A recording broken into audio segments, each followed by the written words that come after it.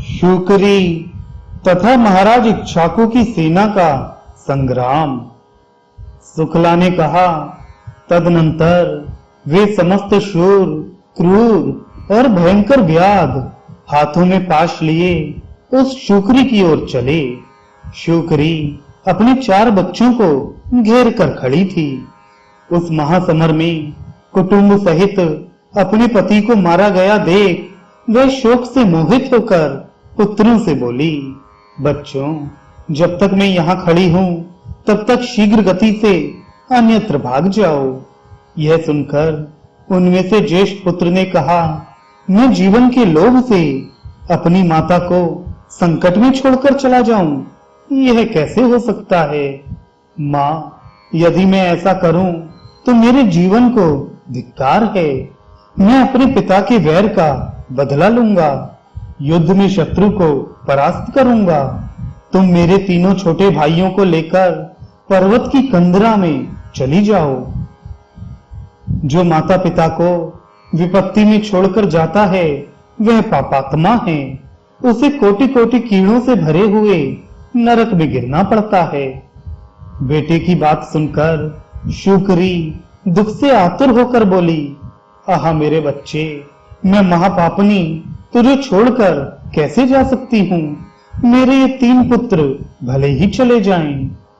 ऐसा निश्चय करके उन दोनों माँ बेटे ने शेष 3 बच्चों को आगे कर लिया और व्याधों के देखते देखते वे विकट मार्ग से जाने लगे।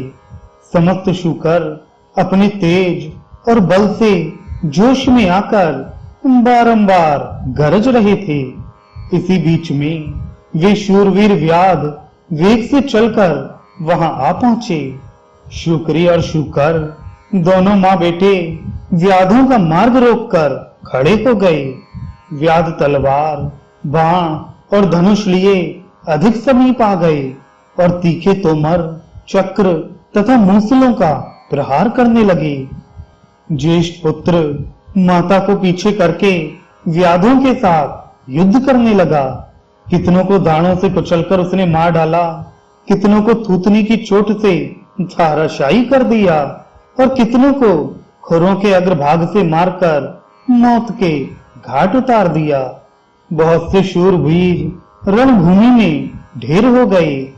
राजा इक्ष्वाकु संग्राम में सुअर को युद्ध करते देखकर और उसे पिता के समान ही शूरवीर जानकर स्वयं उसके सामने आए।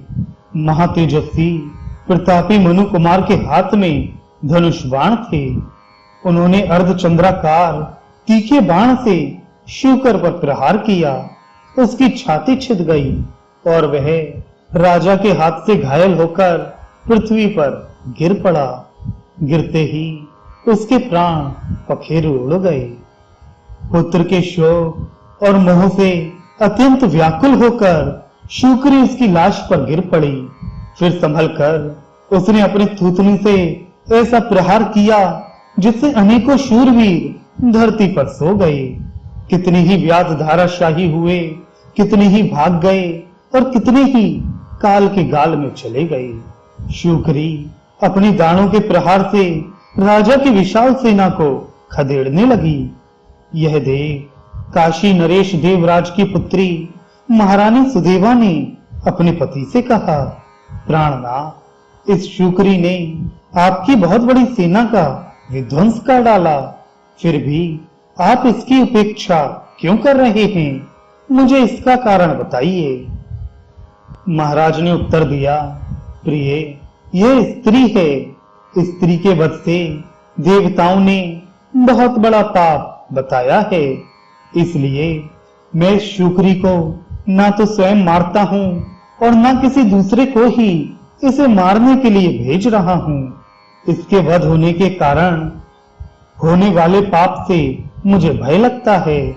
यूं कहकर महाबुद्धिमान राजा चुप हो गए। व्याधों में एक का नाम भार्गव था। उसने देखा शुक्री समस्त वीरों का संहार कर रही है। बड़े बड़े सूरमा भी उसके सामने टिक नहीं पाते हैं। यह देख व्याध ने बड़े वेग से एक पैने बाण का प्रहार किया। और शुक्री को बींध डाला। शुक्री ने भी झपटकर व्याध को पछाड़ दिया। व्याध ने गिरते गिरते शुक्री पर तेज धार वाली तलवार का भरपूर हाथ जमाया। वह बुरी तरह से घायल होकर गिर पड़ी और धीरे धीरे सांस लेती हुई मूर्छित हो गई। रानी सुदेवा ने उस पुत्र वत्सला शुक्री को जब धरती पर गिरकर बेहोश होते और ऊपर को श्वास लेते देखा तो उसका हृदय करुणा से भर आया।